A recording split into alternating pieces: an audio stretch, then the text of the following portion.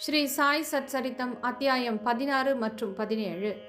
இந்த அத்தியாயம் துரிதமாக பிரம்ம ஞானத்தை பெற விழைந்த ஒரு செல்வந்தரின் கதையை பற்றி கூறுவதாகும். உண்மையில் சாய்பாபாவை போன்ற சத்குருவை காட்டிலும் மிகுதியான தாராளம், தயை முதலான பண்புகள் அமைய பெற்ற பிரிதொருவர் எவரும் இலர். அவரை சிந்தாமணி கல்லுக்கோ கற்பகத்தருவிற்கோ காமதேனுவிற்கோ ஒப்பிட முடியாது.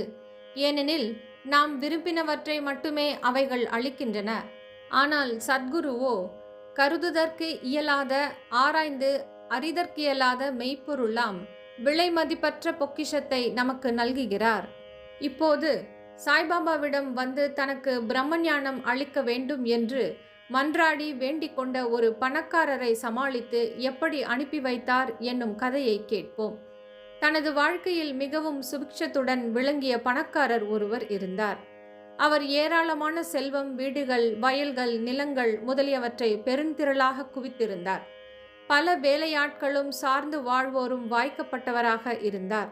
பாபாவினது புகழ் அவர் செவிகளை எட்டிய போது அவர் தனது நண்பர் ஒருவரிடம் தனக்கு எவ்விதமான பொருளும் தேவை இருக்கவில்லை என்றும், எனவே அவர் ஷிரடிக்கு சென்று பாபாவிடம் பிரம்ம ஞானத்தை அருளும்படி வேண்ட போவதாகவும், அங்கனம் அதை அவர் பெற்றால் அது நிச்சயம் தன்னை இன்னும் அதிக மகிழ்ச்சியுடையவராக்கும் என்று கூறினார். அவரது நண்பர் பின்வருமாறு உரைத்து அவர் கருத்தை மாற்ற முயன்றார். பிரம்மத்தை அறிவதென்பது அவ்வளவு எளிதல்ல.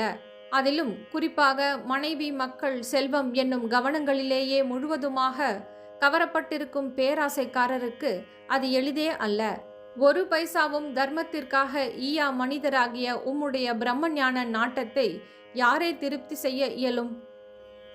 இப்பேர் வழி தமது நண்பரின் அறிவுரையை பொருட்படுத்தாது போய் வர குதிரை வண்டியை பேசி அமர்த்தி ஷீரடிக்கு வந்தார். மசூதிக்கு சென்று சாய்பாபாவை பார்த்தார். அவர் பாதங்களில் வீழ்ந்து கூறினார், பாபா, இங்கு வருவோர் அனைவருக்கும் எவ்வித தாமதமும் இன்றி தாங்கள் பிரம்மத்தை காண்பிக்கிறீர்கள் என்று கேள்விப்பட்டு தொலைவில் உள்ள எனது இடத்திலிருந்து இங்கு நான் வந்திருக்கிறேன். எனது பிரயாணத்தால் மிகவும் களைப்படைந்துள்ளேன். நான் தங்களிடம் இருந்து பிரம்மத்தை பெறுவேனாகில் எனது கடின முயற்சிகளெல்லாம் நன்றாக ஊதியம் அளிக்கப்பட்டு பரிசு நல்கப்பட்டவை ஆகும். பாபா அப்போது கூறியதாவது, ஓ எனதருமை நண்பனே, ஏங்கிக் கவலையுறாதே. நான் உடனேயே உனக்கு பிரம்மத்தை காண்பிக்கிறேன். ஸ்ரீ சாய் சச்சரித்தம் அத்தியாயம் 16 மற்றும் 17. இந்த அத்தியாயம் துரிதமாக பிரம்ம ஞானத்தை பெற விழைந்த ஒரு செல்வந்தரின் கதையை பற்றி கூறுவதாகும்.